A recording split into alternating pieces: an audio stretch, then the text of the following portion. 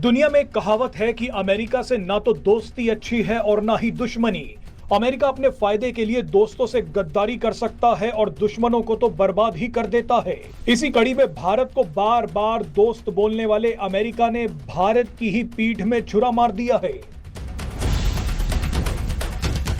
सबसे पहले तो अमेरिका ने बांग्लादेश को $20 करोड़ का चेक देने का ऐलान कर दिया है। अमेरिका बांग्लादेश को यह खैरात ऐसे समय पर दे रहा है जब बांग्लादेश से कहा जा रहा है कि अब उसे भी परमाणु बम बनाने हैं। यानी बांग्लादेश ये पैसा कहां इस्तेमाल कर सकता है उसका अंदाजा लगाया जा सकता है। लेकिन इसके बाद अमेरिका ने जो किया वो आपके होश उड़ा देगा। पहली बार पता चल गया है कि अमेरिका के किस व्यक्ति ने बांग्लादेश से शेख हसीना की सरकार को गिरा दिया। इसी व्यक्ति ने कुछ साल पहले पाकिस्तान से इमरान खान की सरकार भी गिरा दी थी। इस व्यक्ति का नाम डोनाल्ड लू है। डोनाल्ड लू को तख्ता पलट स्पेशलिस्ट कहा जाता है। हैरानी की बात देखिए कि हाल ही में राहुल गांधी ने अमेरिका में डोनाल्ड लू से मुलाकात की थी।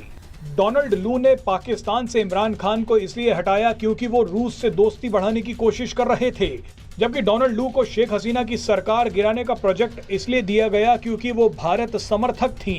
पहली बार वो डॉक्यूमेंट्स सामने आए हैं जो साबित करते हैं कि अमेरिका ने डोनाल्ड लू को 2019 में ही शेख हसीना की सरकार गिराने का ऑर्डर दे दिया था।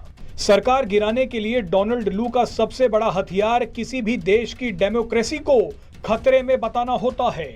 लोकतंत्र को खतरे में बताकर ही तख्ता पलट की शुरुआत की जाती है। द संडे गार्जियन की एक रिपोर्ट में कहा गया है कि डोनाल्ड लू ने अमेरिका स्थित इंटरनेशनल रिपब्लिकन इंस्टीट्यूट की मदद से शेख हसीना की सरकार को गिरवा दिया।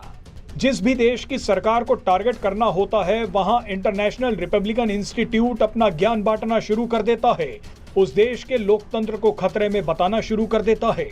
रिपोर्ट के मुताबिक इंटरनेशनल रिपब्लिकन इंस्टीट्यूट ने इससे पहले 1996 में मंगोलिया, 2001 में हेती और 2021 में युगांडा में भी तख्ता पलट करवाया था। और अब यही इंस्टीट्यूट डोनाल्ड लू के साथ मिलकर शेख हसीना की सरकार को निगल गया। दावा किया जाता है कि जिस देश की सरकार को टारगेट करना है वहां ये इंस्टीट्यूट लोकतांत्रिक संस्थाओं, राजनीतिक दलों, नागरिक समाज और चुनावी प्रक्रियाओं में दखल देना शुरू कर देता है। टारगेट देश की सरकार के विपक्षियों को एकजुट करता है। टारगेट देश में ऐसा माहौल तैयार करता है कि मानो लोकतंत्र मर ही गया हो। ऐसे देश में विरोध प्रदर्शन शुरू हो जाते हैं, लोग धरने पे बैठना शुरू कर देते हैं, बुद्धिजीवी अवार्ड वापस करने की धमकियां देने लगते हैं, सोशल मीडिया पर भी भयंकर एजेंडे शुरू हो जाते हैं। इसका नतीजा ये होता है कि टारगेट देश की सरकार या तो गिर जाती है या फिर कमजोर हो जाती है।